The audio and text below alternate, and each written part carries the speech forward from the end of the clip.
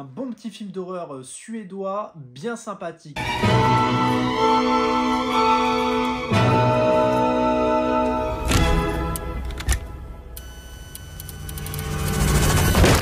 Hey, what's up YouTube, j'espère que vous allez bien. On se retrouve aujourd'hui pour une toute nouvelle vidéo et surtout une toute nouvelle critique.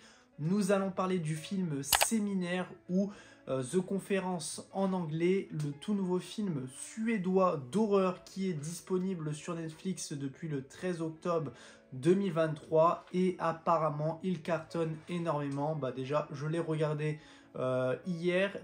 Et franchement, j'ai passé un bon petit moment devant celui-ci. C'est pas non plus un chef-d'œuvre. On sait souvent que les films d'horreur ne sont pas non plus d'excellents films, même avec le scénario qui n'est pas forcément très bien ficelé à chaque moment. Mais bon, en soi, c'est un film qui cartonne énormément sur la plateforme Netflix depuis sa diffusion, que ce soit dans le monde mais aussi en France, parce que je crois que le film est top 3 et c'est pour cela que j'ai voulu me laisser tenter par celui-ci. Alors tout d'abord, c'est vrai que je ne regarde pas forcément beaucoup de films suédois, ça c'est sûr, et c'est vrai que là, de se retrouver face à un film suédois, c'est plutôt intéressant. Ça change un petit peu des films américains de ce point de vue-là, des films américains un peu clichés de l'horreur. Mais là, un petit film nordique avec vraiment toute l'atmosphère qui est bien représentée. On voit le côté scandinave par rapport à ça. Et ça, j'ai vraiment aimé l'atmosphère qui se dégage un peu fraîche dans celui-ci. Mais bien évidemment, avant de rentrer dans le vif du sujet, de quoi parle le film? Au cours d'un séminaire a priori anodin, un groupe hétéroclite d'employés municipaux se retrouve aux prises avec des querelles internes et un tueur sanguinaire. Alors, je pense que le film va être un petit carton pour la plateforme Netflix parce que voilà, on est en pleine période d'Halloween et c'est vrai que souvent les gens ont tendance à vouloir regarder d'autres films un petit peu autres que ce qu'on peut nous proposer ou ce qu'on a déjà vu. Et celui-ci, si vous avez envie de passer un petit moment sympa sans forcément une grosse prise de tête parce que voilà, on n'est pas non plus sur le scénario de l'année. Mais il y avait quand même l'idée à travers celui-ci, voilà, on se retrouve dans ces chalets qui va du coup servir de tournage en pleine forêt pour voilà, un séminaire avec différents agents municipaux, employés municipaux de tout âge. En fait, ça c'est cool, c'est qu'en fait on va retrouver des jeunes, des plus âgés et ça j'ai vachement aimé d'avoir un petit peu cette diversité, pas le côté cliché qu'on a la plupart du temps qu'on voit, c'est-à-dire des jeunes beaux gosses qui se font défoncer ou des belles meufs qui se font défoncer. Souvent c'est ce qu'on a l'habitude de voir dans les films d'horreur. Là on a vraiment un côté plutôt varié à travers ça et l'idée du fait d'utiliser un peu ce côté séminaire pour en fait parler d'un projet qui leur appartient, c'est-à-dire la construction d'un centre commercial qui doit émerger dans leur ville. Mais en fait à travers ça, lors du séminaire, il y en a qui vont s'y opposer, ça va créer des conflits. Mais c'est vrai que je suis un peu déçu de ce point de vue-là parce que en fait l'idée du séminaire et de parler de ce centre commercial était vachement bonne parce que du coup le séminaire pouvait renforcer la relation entre chaque personnage. Au final ça les a un peu dégradés parce que voilà, tout le monde avait ce côté un peu représailles du projet et des secrets ont un peu éclaté.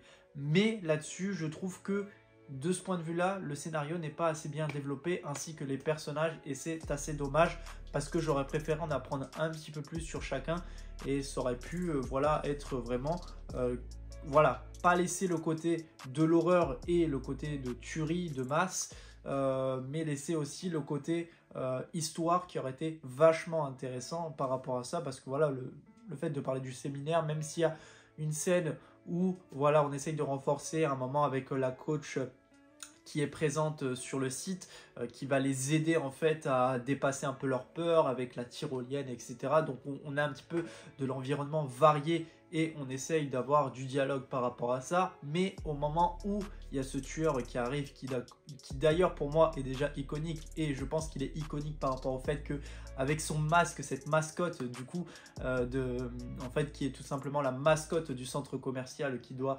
prendre forme, je trouve ça hyper stylé, hyper iconique et on a vraiment ce côté du coup scandinave. Alors je sais plus cette mascotte elle représente quoi, mais je crois que ça représente quelqu'un dans les forêts d'une mascotte d'un personnage qui est très populaire apparemment dans les pays scandinaves nordiques.